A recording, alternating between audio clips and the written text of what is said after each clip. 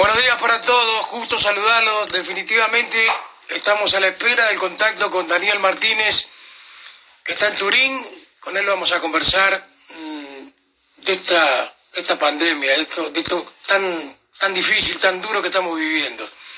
Así que en cualquier momento tenemos el contacto con Turín, 5 de la tarde, si no me equivoco, allá en Italia.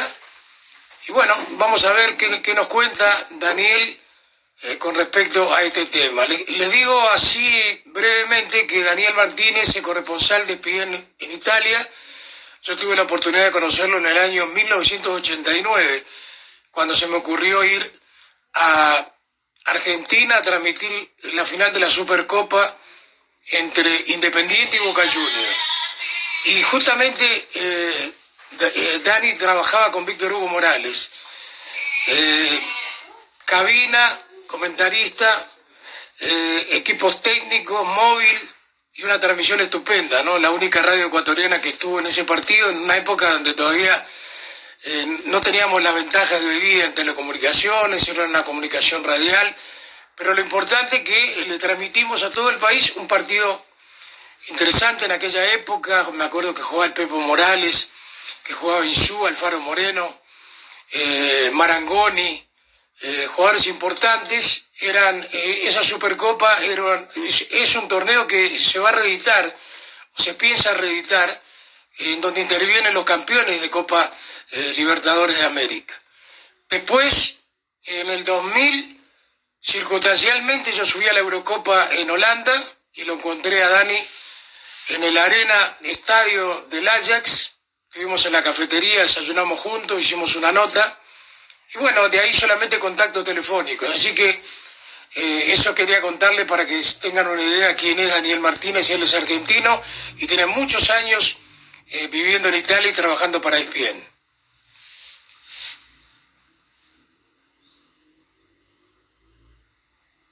Ahí te están poniendo, qué buen reportaje, va a ser muy bueno. Saludos, Rodolfo. Orlando Sánchez. Estamos saludando a quienes nos acompañan, Orlando Sánchez, JM10 se unió, Tommy, Juan Pablo Béjar, ¿eso? O Johnny. Johnny Béjar, qué buen reportaje, va a ser muy bueno, ojalá que sí, que les guste, para que Dani nos cuente las experiencias de Italia. Y cómo ha vivido Italia esta pandemia, ¿no? Porque nos sorprende a todos, naturalmente, que Italia, un país del primer mundo, tenga los problemas que tiene, ¿no? En este momento hablar de estadísticas es muy relativo, por dos cosas fundamentalmente. Porque es difícil poder saber la cantidad de contagiados y porque muchas veces las autoridades, por temor al pánico, no dan una cifra exacta. Pero en Italia el primer caso se dio el 30 de enero del 2020. 32 días después, el 2 de marzo, había 2.250 infectados y ya habían fallecido 35 personas. El 1 de abril, a 62 días del primer caso, 115.356 infectados y 13.882 fallecidos. Esto marca la pauta del momento dramático que vive Italia, ¿no? Entonces queremos saber que Dani nos cuente cómo las autoridades, cómo el gobierno está tratando de poner coto a esta situación, de tomar las medidas pertinentes. Aquí en el Ecuador la cosa también es complicada. El primer caso recién fue el 29 de febrero del 2020. Al día 32, el 1 de abril, 2.749 casos confirmados y 93 fallecidos. Es preocupante, definitivamente, ¿no? Entonces, es importante conocer qué hizo Italia, ¿no? Qué definitivamente acordó Italia en medidas para precautelar la salud de su población y si realmente el pueblo las acató, porque ese es otro tema, ¿no? A veces la gente no acata, es difícil, es complicado, porque hay mucha gente que vive el día a día, que necesita trabajar, que necesita salir a vender, y es muy fácil decirle quédate en casa, pero el virus te mata, pero también el hambre te mata. Entonces, esa es la situación, esa es la disyuntiva que por lo menos se vive aquí en el Ecuador, ¿no? ¿Qué pasa con Daniel? Ahí te está poniendo, aquí estoy, Tata, cuando quieras. A ver, Dani, aquí estoy, Tata, cuando quieras. A ver si tenemos ya en imágenes a Daniel Martínez para poder comenzar esta charla, y creo que va a ser de utilidad para definitivamente esclarecer un poquito cuál es la situación que vive Italia. Dani, qué gusto verte, definitivamente. Ahí te vimos en pantalla. Hola. Me imagino que 5 de la tarde allá, Dani. ¿Aproximadamente qué hora en Italia? Hola, ¿qué tal? Te escucho cuando no es muy estable la comunicación. He notado que me hablabas. Es un verdadero gusto, un placer estar contigo, Tata. Oh, correcto, yo te escucho perfecto. Te decía que qué hora tenés en Italia en este momento. En este momento faltan 2 minutos para las 5, dice mi reloj acá, que no es... Perfecto, entonces es buena hora. ¿Qué te parece para comenzar a charlar con respecto a este drama que estamos viviendo en el mundo entero, ¿no? Contame un poquito en Turín en este momento, ¿qué pasa? ¿Qué medidas hay? ¿Hay toque de queda? ¿No se puede salir? ¿La gente igual sale? ¿Cuál es el tema en este momento en Turín? Hay 2 o 3 situaciones en Italia en general. En Turín hay un acatamiento general y completo de las normas y del no salir y el de quedarse en casa, una cosa que hay que recomendar y repetir, aunque parezca cansón, pero es importante. En Turín así, Italia está como dividida en el norte, muy atacado por este tema. Lombardía es la región más perjudicada. Bérgamo es donde se vive la situación más dramática. Turín tiene, sí, dificultades también, ya ha pasado de los 1000 fallecidos y tiene datos que son siempre alarmantes y terribles. Imaginemos, Tato, un terremoto. Y lo sé que la gente que nos está siguiendo, mucha del Ecuador, sabe muy bien qué angustia y qué terror produce un terremoto. Imagínate que un terremoto hace 600 muertos, provoca 600 muertos. Es un luto tremendo, una convulsión muy grande. Bueno, aquí de 600 a 700, 800 e incluso 900 todos los días desde hace una semana. Estas son las cifras, desde hace unas semanas, es decir, más de una semana, más de dos semanas y casi 3. Empezaron los fallecidos, el número primero bajo. Los primeros que conocimos fueron el 21, la noche que iba del 21 al 22 de febrero. Conocimos el fallecimiento de 7 personas. Las etapas importantes fueron el 8 de marzo, se designó la zona roja para la Lombardía. Ya ha sido un lugar Codogno, un lugar muy pequeño, 6.000, 7.000 personas, donde estuvo el primer brote, donde apareció el primer brote, ya se había cerrado. Hubo otro brote al que no se le dio demasiada importancia, quizá por motivos económicos, no se puede cerrar la Valle, era la Val Seriana en Bérgamo, y después ya veremos los problemas que hubo para que Bérgamo hoy sea el foco principal del drama. Luego el 9 se extendió a aquella zona roja que para cambiarle el nombre le puso zona protegida el presidente del Consejo de Ministros, que se llama Giuseppe Conte. Determinó que toda Italia era una zona protegida, una zona roja, como había sido denominada originalmente. Y allí no se podía ya salir, se cerraron los restaurantes. Luego las medidas se hicieron más estrictas porque la gente tenía siempre la tentación de alguna manera de ir del amigo, de no ir al café y tomarse el café en la casa del amigo, en fin, se empezó a decir que se podía salir solo a 200 metros y para pasear un perro, por ejemplo, en mi caso, que tengo uno, o ir a la farmacia o ir solo a comprar comida, y ya se empezaron a hacer los formularios oficiales en los que se hace una autocertificación de que esa es la verdad. Luego se comprueba si lo que has dicho es la verdad, y si no, hay multas muy pesadas. E incluso cuando no se encuentra la justificación, las fuerzas de seguridad, que son la policía municipal, la policía de Estado, los carabinieri, pueden hacerte la multa infragante, digamos. Luego sucedió que corrían, los que salían a correr, a hacer deporte, empezaron a hacerse, se notaban que eran los únicos que estaban afuera, y porque pasaban y no iban primero en grupo, iban en grupos, después empezaron a ir solos, pero se acabó con aquello, se dijo que no se podía hacer tampoco eso. Y siempre las medidas fueron más estrictas.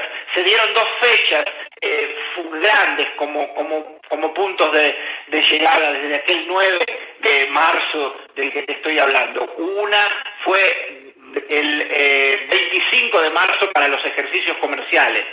Luego se vio claramente que aquello no iba a valer. Se pasó al 3 de abril, antes de ayer, un nuevo mensaje a la Nación en rueda de prensa del presidente del Consejo de Ministros, hizo saber que la extensión iba a ser por lo menos hasta el 15 de abril, hasta el 16 de abril, y allí se verá nuevamente. Es muy probable que con los números que estamos viendo, Tata, y con la experiencia que se recoge de lo que pasó en China, que aquí se estudia en gráficos los porcentajes, cómo crecen, cómo se establecen y cómo empiezan a disminuir, viendo aquello se cree en este momento que a mediados de mayo, quizá el 16 de mayo, vamos a ir a entrar en una nueva etapa de convivencia con el virus. Salir, pero como hacíamos al inicio, manteniendo la distancia social, sin poder hacer grandes reuniones, todavía no van a abrir los restaurantes, y así sucesivamente. De acuerdo a lo que me contás, Dani, aquí es muy parecido. Ahora yo quiero hacerte una pregunta puntual. ¿Cuál era la situación del sistema de salud en Italia previo al coronavirus? Porque aquí, evidentemente, siempre hubo problemas y, lógicamente, está desbordado, ¿no? El gobierno está prácticamente en una situación muy comprometida para poder solucionar el tema, porque los hospitales están desbordados, definitivamente. Pero Italia, que es un país del primer mundo, contame un poquito cómo se manejaba el sistema de salud antes del coronavirus. Antes del coronavirus era uno de los 5, 10, para no exagerar, mejores sistemas sanitarios públicos en el mundo. Incluso se puede estar por debajo de esa cifra, ponerlo. ¿Por qué? Porque en Italia, si uno quiere curarse bien, va al hospital público, va al hospital donde los mejores profesores están allí. Hay, naturalmente, una excelencia en la sanidad privada, pero es mínima respecto de la cantidad y las posibilidades que ofrece el sistema sanitario nacional italiano. Así y todo, se vio absolutamente desbordado, como pasó en tantos países, y yo mismo, mea culpa, pensaba en este tipo de situaciones, pero no, se trata de una gripe fuerte, que lo que pasa es que todavía no tenemos la vacuna o el antibiótico o la receta justa para poder solucionarlo. Lamentablemente no es así. Se difunde con enorme facilidad. En este momento, el nuevo frente de la batalla contra el virus es los núcleos familiares que están en cuarentena. hay un altísimo porcentaje, en torno al 10% de personas que llevan el virus pero no tienen ningún síntoma, los famosos asintomáticos. Ellos están en cuarentena con familiares, muy probablemente, muchos de ellos, es natural, y van transmitiendo esta enfermedad a personas que ya empiezan a acusar los síntomas, a sus propios familiares. Por eso que aún en las casas hay que mantener la distancia social. Y es muy triste, Tata, contarte lo que pasa en Bérgamo. Dije que es el foco, lo ha sido en los últimos tiempos, y es el lugar más comprometido.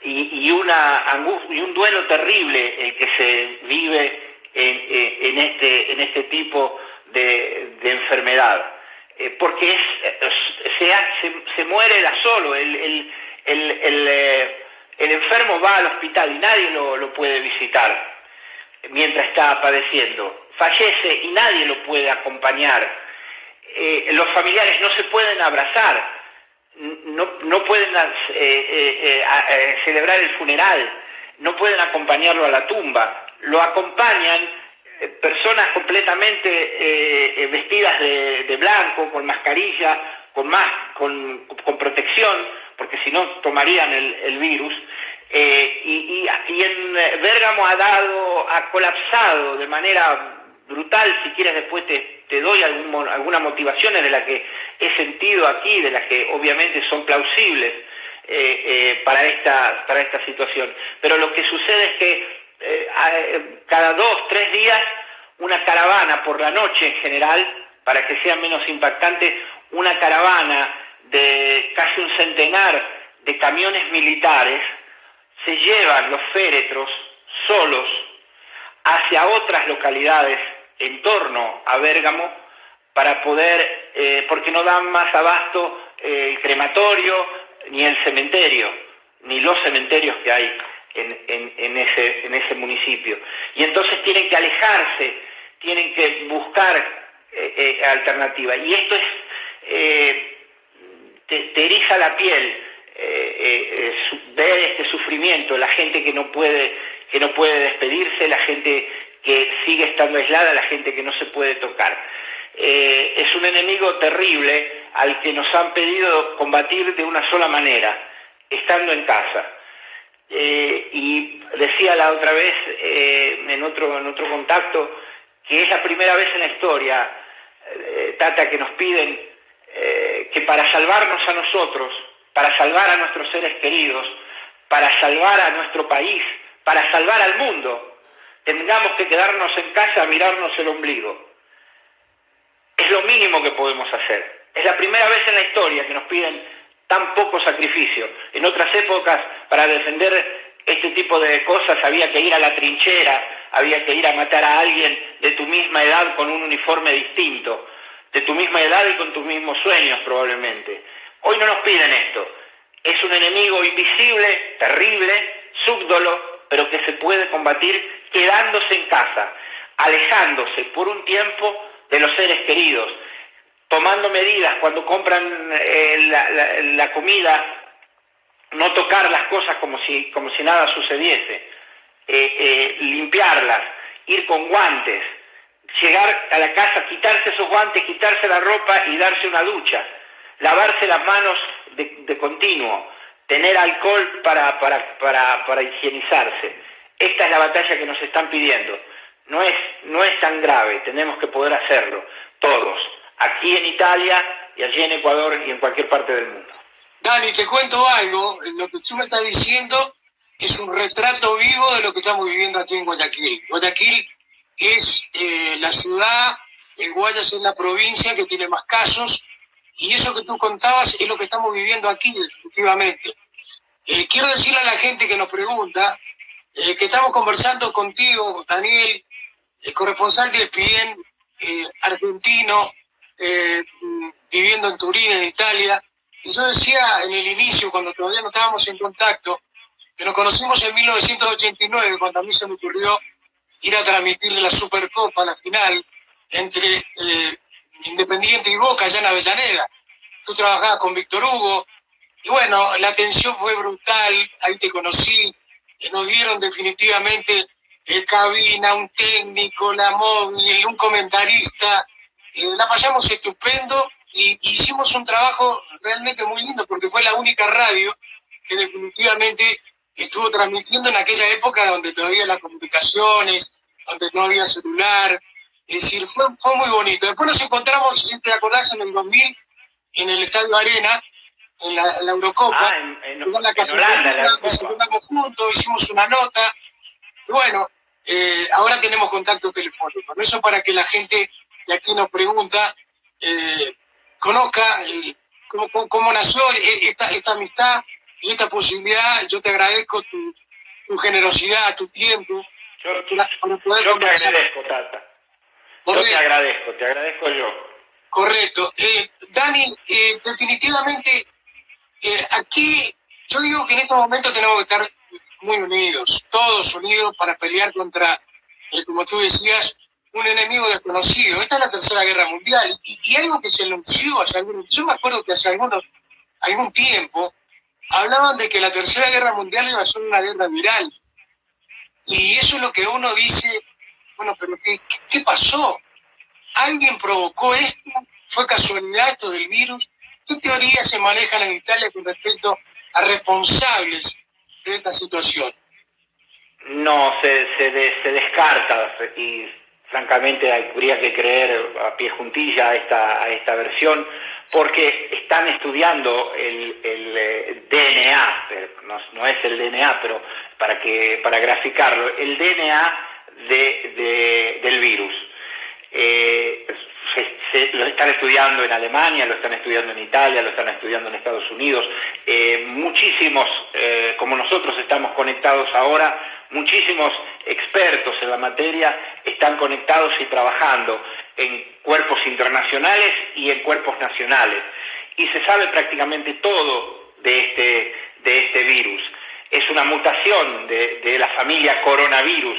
La familia coronavirus ya existía y por eso cuando alguien lee que en internet encuentra artículos que hablaban del coronavirus ya muchos años atrás, dice, ¿cómo? Entonces lo estaban preparando, lo sabían.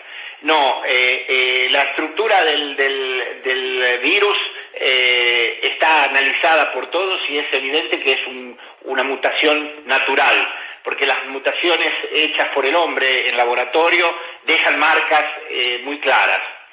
Y esto está descartado. Es una mutación que nace en el murciélago y pasa a otros animales probablemente de consumo de los seres humanos. Y hasta que en un punto el virus creció y se empezó a comunicar, a contagiar de humano a humano. En Italia se cree que el virus ya está presente desde diciembre y moviéndose contagiando con mucha discreción, aunque si esa palabra no es exacta para utilizarlo en este contexto, pero digámoslo así, se fue insinuando en la población gracias al gran número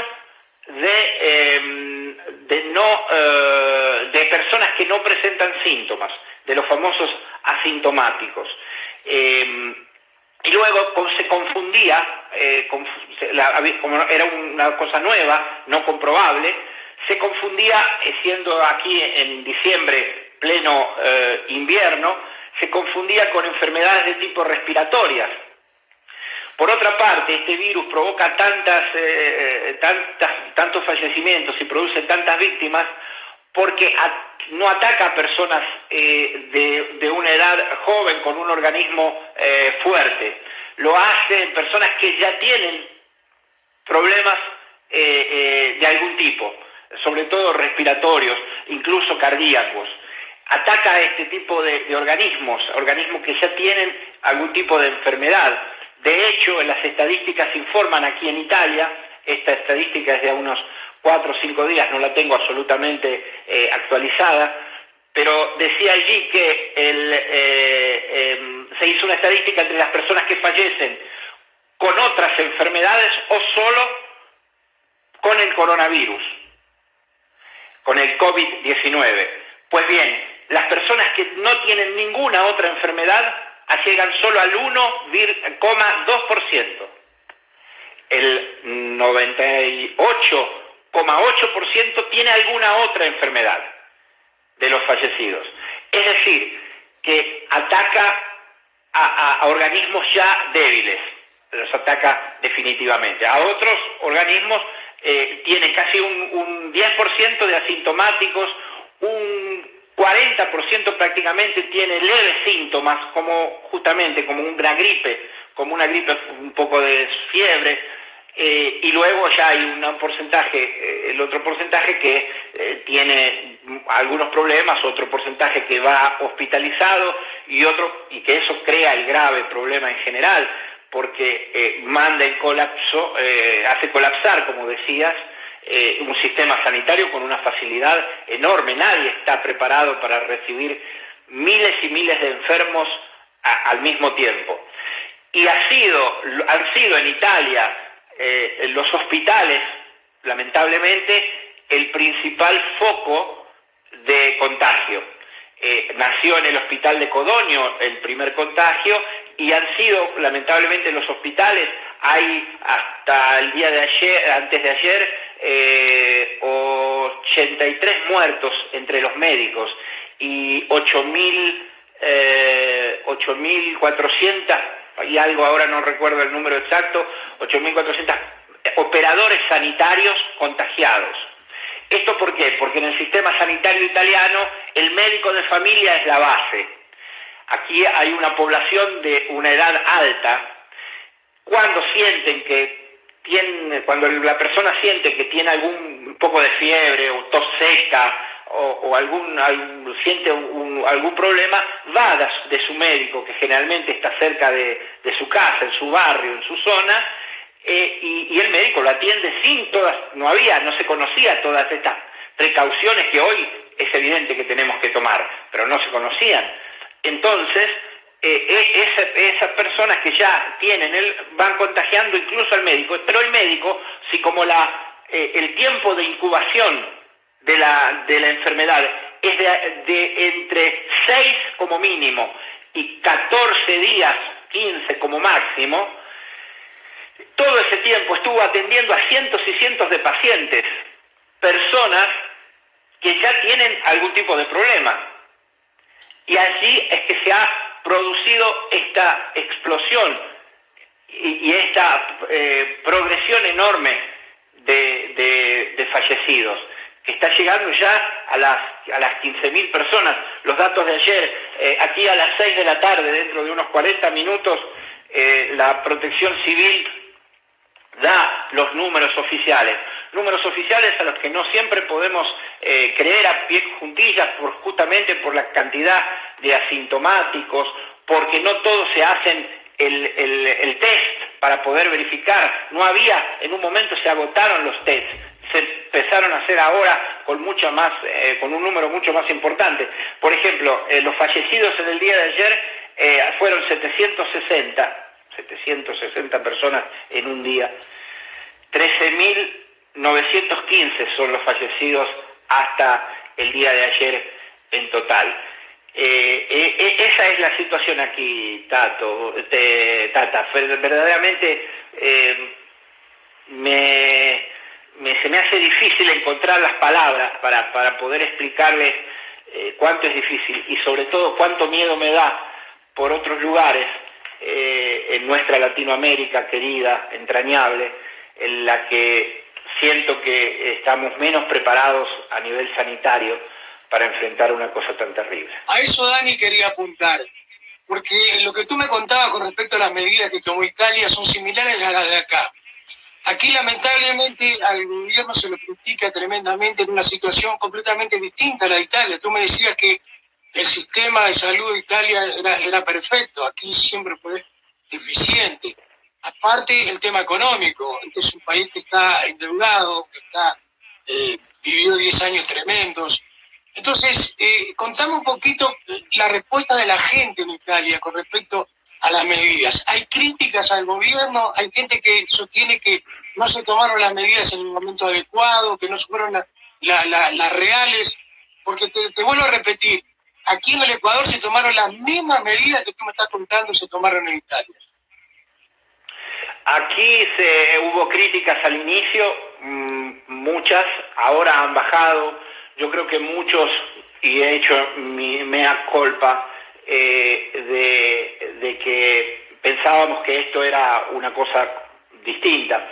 El primer aspecto que toca, y por eso después se desparrama el virus en la población, el primer aspecto que toca es el económico, porque Italia es un país donde una de las fuerzas que tiene es lo que aquí se llama el piccolo imprenditore, es decir, el comerciante, el artesano, el fabricante, que tiene una pequeña fábrica con 4, 5, 6 empleados, que hace que haya una clase media alta, digamos, bastante sólida.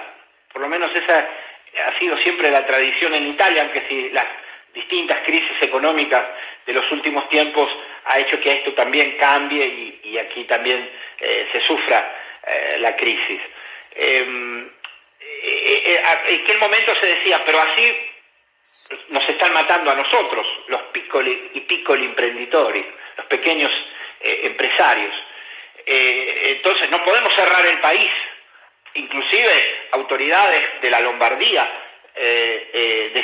hicieron una campaña muy emocional, muy emotiva, en la que con un vídeo llamaban a abrir Milano, a venir a Milano, a venir a la Lombardía y estar en Italia. Esa campaña fue reconocida hace 24, 48 horas como un error de parte de las autoridades. Es que esta cosa nueva tomó impreparado no solo a los sistemas sanitarios nacionales o a las personas del común como este servidor que te habla, Tad. Tomó impreparado a todo el mundo, tomó impreparado a los gobiernos, a los gobernadores, a los gobiernos locales, nacionales, municipales.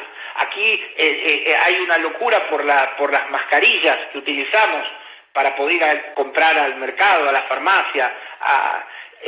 No se consiguen, ¿por qué? Porque aunque se han llegado millones, están paradas ahí porque la burocracia tiene que tomar nota si son o no efectivas, en fin, toda una serie de cosas de la normalidad. Es difícil creer que estamos en una guerra cuando vos y yo estamos hablando tranquilamente, sentados en nuestras casas.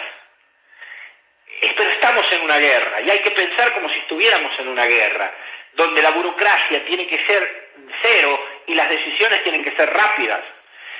El error que pueden haber cometido, no sé si Ecuador o cualquier otro país, y lo he visto por ejemplo en Estados Unidos, de parte de su presidente que no aceptó al inicio la gravedad de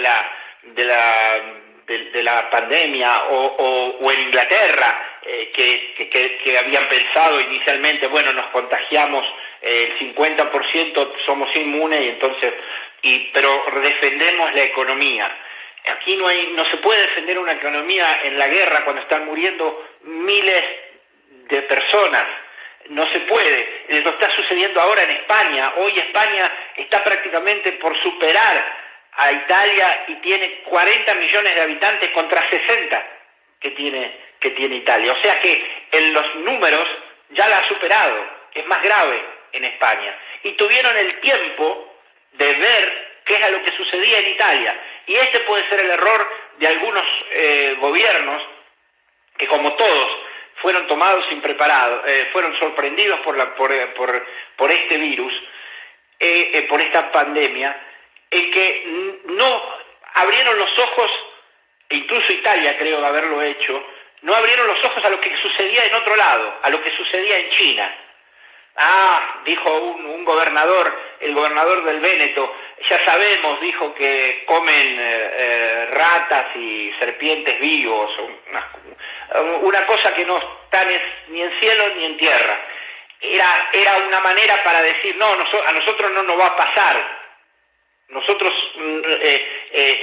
somos más limpitos, nos cuidamos más, allá porque hay otro tipo de humanidad. No, el virus ha demostrado que los seres humanos somos iguales, Tata. Dani, somos iguales. Tú tocabas el tema económico, y si hoy estamos devastados, preocupados por esto que vivimos del virus, yo pienso en lo que se viene.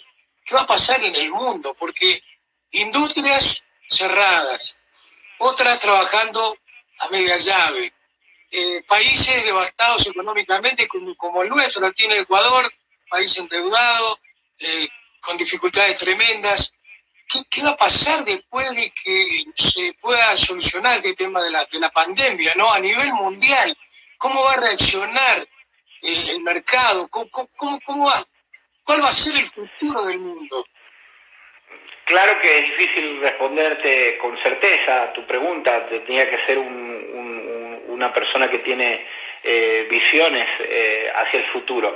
Pero Italia ha vivido 2 guerras mundiales y una la ha perdido. Italia ha vivido ya en otros momentos de su historia graves epidemias. Europa igualmente. Y se ha crecido, se ha mejorado. Yo creo que es una oportunidad. El mundo va a cambiar, Tata. Yo creo que el mundo va a cambiar. Dependerá de nosotros, de la actitud que tengamos, de lo que hayamos aprendido de aquellas experiencias, de aquella historia, de lo que nos haya enseñado la cultura, de que este cambio sea para mejor. Salgamos un poco más fuertes, más humanos, más solidarios con los otros. Va a depender de nosotros, va a depender de la humanidad. Es una guerra, y como en toda guerra va a haber víctimas, y la principal víctima va a ser la verdad, como tantas veces se ha citado. Pero ahora estamos más comunicados, yo puedo saber lo que pasa en tus palabras y vivir lo que está pasando en Guayaquil, y tú lo que está sucediendo en Italia. Estamos más comunicados, podemos razonar de un modo superior, de un modo mejor. Y entonces yo creo que puede ser la oportunidad, depende de nosotros, de cuánta humanidad verdadera tengamos dentro, de cuánto seamos serios y no querramos aprovechar o políticamente o económicamente o financieramente una situación, una coyuntura de este tipo para ser mejores y para aprender a ser más humanos. Es una oportunidad, y nos pondremos de pie y saldremos más fuertes, Tata. Inteligente respuesta, Dani. No podemos despedirnos. Nosotros somos gente de fútbol. Claro. Sin hablar, este no es el momento de hablar de fútbol, pero definitivamente ya que estamos en contacto, contame un poquito cómo vive Turín la presencia de Cristiano Ronaldo ahí en la Juve. Ha sido un gran golpe para Turín. Antes de que llegase esta emergencia, Cristiano Ronaldo ha tenido una influencia notable, incluso en las visitas a la ciudad. Por ejemplo, la ciudad tiene el Museo del Cine Nacional, el Museo del Automóvil Nacional, tiene una de los palacios reales más lindos y mejor, que es la Reggia de Venaria. Estos 3 lugares tiene además el Museo de Antigüedades Egipcias más importante del mundo, luego desde del Cairo, naturalmente. El de Cairo es el más importante, pero no hay ningún otro en el mundo que tenga las cosas que tiene en Turín el Museo Egipcio. Y estos lugares tuvieron que hacerle un lugar, estos lugares que se visitan naturalmente, turísticamente, son centros para la ciudad, tuvieron que hacerle lugarcito desde la llegada de Cristiano Ronaldo y se subió en el podio el Museo de la Juventus, que es un pequeño museo en las entrañas de lo que era el viejo estadio de Le Alpi, que seguramente tú conoces, el estadio, como lo llaman ahora. Allí nació un pequeño museo muy lindo, muy coqueto, pero que desde la llegada de Cristiano Ronaldo se ha hecho importantísimo, se ha metido entre los museos más visitados de la ciudad. Ha hecho muy bien la llegada de Cristiano Ronaldo a la Juventus en el valor que cobró en bolsa. Si tú querías comprarte unas acciones de la Juventus antes de la llegada de Cristiano Ronaldo, 1 año y medio, casi 2 años atrás, tenías que comprarte, pongamos que fuese posible, comprarte todas las acciones, tenías que desembolsillar unos 550 millones de euros. Cuando llegó Cristiano Ronaldo, a los 4 meses de su llegada, 5 meses, empezó a hacer goles y demás, para comprarte lo mismo necesitabas desembolsillar 1.500 millones de euros, es decir, que había triplicado su valor. Claro que la bolsa no es en este momento un parámetro, porque con esto de la pandemia y todo lo demás, el título de la Juventus cayó de un 40%, por ejemplo, en estos días. Luego subió y así, todos los días hay cambios, hay toma de ganancias, sabemos que no puede ser, pero es un índice para hablar de la importancia, más allá de los 53 goles, de las 14 asistencias, de lo que significa como brand publicitario tener a Cristiano Ronaldo entre sus filas. Es evidente que para la Juventus ha sido un buen negocio. Ahora viene un momento difícil porque habrá que renegociar. Cambiará el mundo y cambiará también el mercado, Tata. Cambiará el mercado, los valores que había no se podrán mantener. Habrá verdaderamente muchos cambios y seguramente habrá que ver. Tiene hasta el 2022, junio del 2022 contrato Cristiano Ronaldo. Le cuesta 30 millones de euros al año a la Juventus, más las tasas, que son cerca de otros 14 millones. Eso es insostenible en una circunstancia como esta. Veamos que la vamos a superar, seguramente se iniciará a jugar a puertas cerradas, seguramente, y por una noticia que te puedo dar de hoy, si te interesa, en videoconferencia el ministro del Deporte con la Federación de Fútbol y las 4 ligas decidieron que será la Comisión Médico-Científica de la Federación la que defina un protocolo para regular el tiempo y los modos de entrenamiento con vistas al reinicio de la temporada, que idealmente se cree puede suceder en torno a mitad de mayo, el inicio de temporada, fines de mayo, pongamos, junio se jugará y quizás llegará hasta la primera semana de julio jugándose la Serie A italiana. La verdad, Dani, que yo tuve la oportunidad de estar en Turín en el año 99, cuando Cavide jugaba en la Perugia. Yo fui a entrevistar a Paolo Montero y a Fonseca, que jugaban en la Juve, estuve en el del Alpi. Me encantó, una ciudad realmente espectacular. La última pregunta, usando tu gentileza, Dani. La Federación Ecuatoriana contrató a Jordi Cruyff como técnico. ¿Qué referencia tenés? ¿Qué te parece esa contratación? Es una buena contratación, es me da la sensación que hay que dejar trabajar a las personas para poder juzgarlas sobre lo que hacen. Fue el presidente Orozco, en la época que yo viví en Santiago de Chile, en el año 97-98, que era el presidente de la Universidad de Chile, fue el que me dijo: Daniel, en el fútbol el pasado no existe, no vale nada, porque tú puedes haber hecho lo que quieras, pero lo que a mí me importa como presidente es ver qué es lo que puedes hacer para mí, qué es lo que puedes hacer para mi club. El futuro no sabemos qué va a pasar. Entonces, yo creo que hay que darle oportunidad a las personas, a las nuevas y a las que tienen experiencia, y juzgarlos sobre el trabajo. Hablamos de personas profesionales, hablamos de personas serias, hablamos de personas que pueden tener más o menos experiencia, pero que tienen el derecho de tener la oportunidad de demostrar en el campo su calidad, su seriedad y su profesionalidad. Y si esto viene hecho, se tiene que tomar medida respecto de eso y aplaudir en el caso o tomar la decisión de apartarse si el camino no es exacto. Dani, la verdad que te quiero agradecer, ha sido un gusto siempre es un gusto conversar contigo. Hace tiempo que no nos vemos, pero por lo menos estamos en contacto y naturalmente cuídate mucho, cuida a tu familia y ojalá que la próxima vez... Hace como 25 kilos que no te veo. Sí, la verdad, tremendo, la verdad que sí.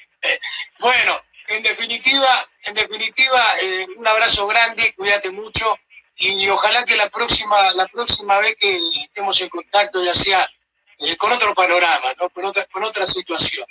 Abrazo grande para ti, Dani.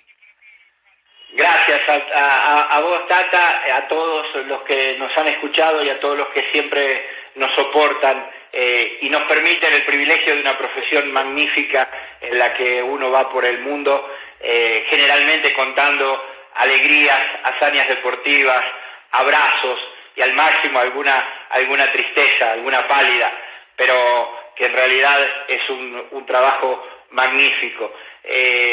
Somos privilegiados y hoy tener que ocuparnos de esta cosa solo hace que pensemos en el privilegio que nos ha regalado la vida. Cuidémonos, quedémonos en casa. Un abrazo grande. Igual Tata, también un saludo, Dani, cordial para un montón de gente que nos ha seguido a través de Instagram. Un saludo muy grande para toda la gente. Así que estamos en contacto, Dani. Un abrazo grande para ti. Un abrazo. Gracias.